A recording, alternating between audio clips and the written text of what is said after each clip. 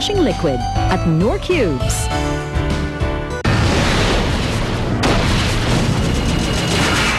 Ang nakaraan, Kitchen Superstar. Folks, let's all welcome ang mga magigiting na sundalo ng Philippine Army.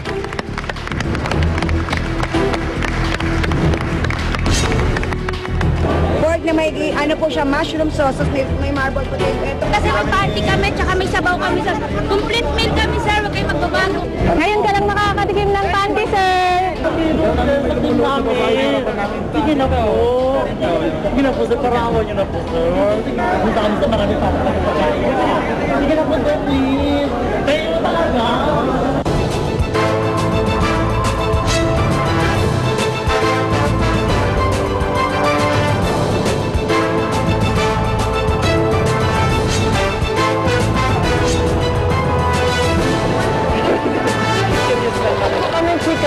Chicken with teriyaki sauce po, sir. Dahil hindi natapos maluto ang bagnet nila, naisipan na ng Orange Kitchen Beret na magpalit ng menu. Medyo wala tayo sa tapos tayo sa kanin muna. Meron po tayo ano, sir. Carbohydrates pa rin yun, sir. Kasi potato po, sir. Tutong, pwede na yan. Ma'am, may sticker ka na, ma'am. Meron na siyang sticker si ma'am. Ay.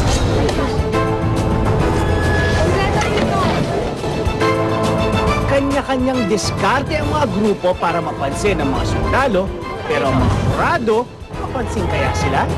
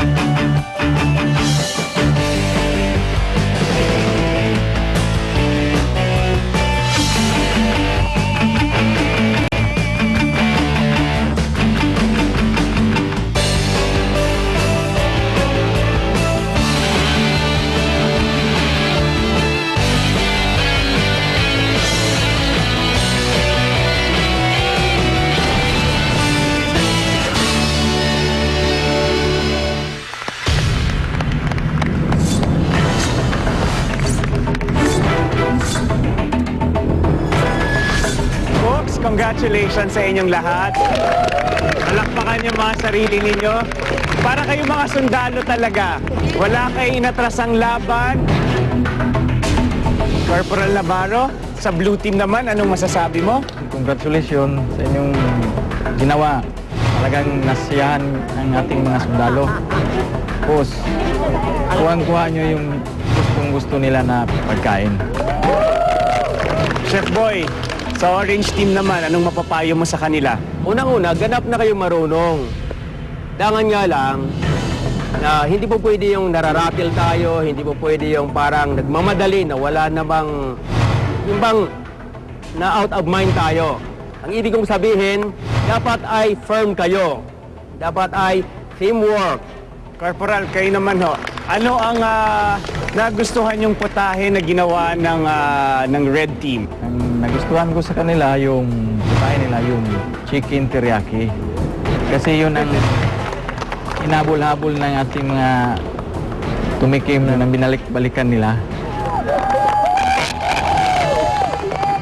Chef Boy, ano naman ang masasabi mo dun sa baboy ng Kitchen Beret na napansin natin kayo na pinakaba tayo? Next time kung may chance ikaw ang gagawa. Ay, hindi na. Tapos, malalaman nyo na lang kung anong gagawin ko.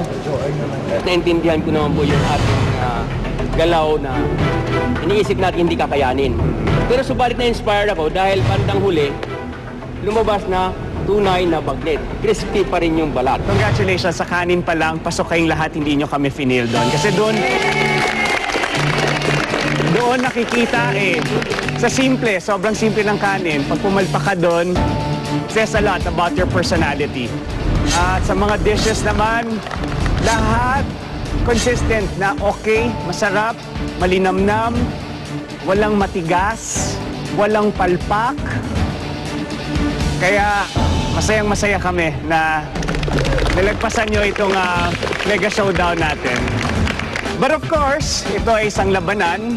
Merong isang grupong magwawagi. Pero gusto ko ulit kayo i-congratulate. Dahil ang mga sundalo na supposedly magbibigay ng 5 points sa pinakamasarap na nagawa na grupo, lahat kayo binigyan nila ng tig-5 points.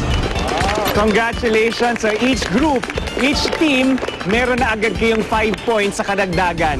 Red team, you got 5 points from the soldiers, plus Chef Boy and Corporal Navarro gave you 90.5.